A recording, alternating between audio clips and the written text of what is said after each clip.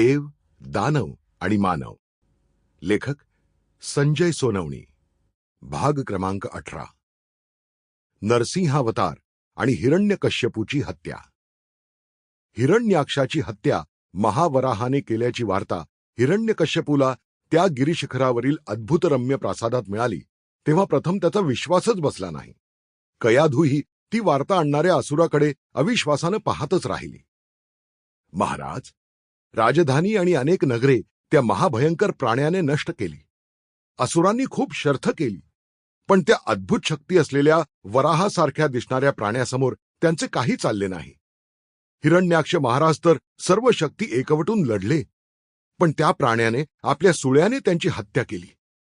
त्या रानटी महावराने प्रेत कोठे भिरकावले याचा खूप शोधूनही तपास लागला नाही. महाराज, हजारो असुर ठार झाले आहेत. या हल्ल्याने भ्यालेले आहेत. कोण असेल तो वराह हेच समजत नाही.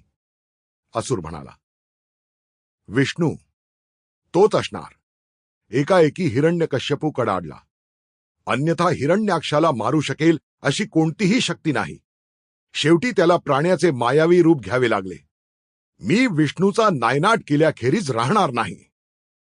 संतापानं थरथरत असलेल्या हिरण्यकश्यपूकडे कयाधू भयभीत होऊन पाहतच राहिली. हे कसलं आक्रीत आलं होतं. आपण इथे आनंदात होतो आणि तिकडे असुरांचा हा दुर्दैवी विनाश व्हावा. नकळत तिला अपराधी वाटू लागलं. चल कयाधू, आपल्याला आता परतायला हवे. आता साम्राज्याची काय स्थिती आहे हे पाहायला हवे. हिरण्यकश्यपू भरल्या गळ्यानं म्हणाला. आणि काही वेळात ते रथात स्वार होऊन तिथून आकाशमार्गे निघाले. हिरण्यकश्यपूला उद्ध्वस्त झालेलं असुर साम्राज्य उभारायला बराच वेळ लागला. उरले सुरले शिल्पी नगर प्रासाद पुन्हा उभारत होते. मयासूर आणि त्वष्ट्याच्या मार्गदर्शनाखाली रक्षणासाठी नवनव्या युक्त्या केल्या जात होत्या. हिरण्यकश्यपू राज्यभर फिरत होता. आता त्यांची सत्ता ना देवांवर राहिली होती ना मानवांवर. पराजितांच्या वाट्याला जे येतं तेच असुरांच्याही वाट्याला येऊ लागलं होतं.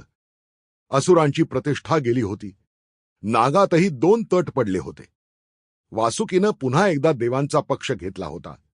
शेषनाग तर विष्णूची शय्या बनायला तयार झालेला होता. काही मानवांची निष्ठा आताही असुरांवर असली तरी काहींनी त्यांची नुसती साथ सोडली नव्हती, तर त्यांना दुराचारी म्हणू लागले होते. हिरण्यकश्यपू समोर अनेक आव्हानं होती.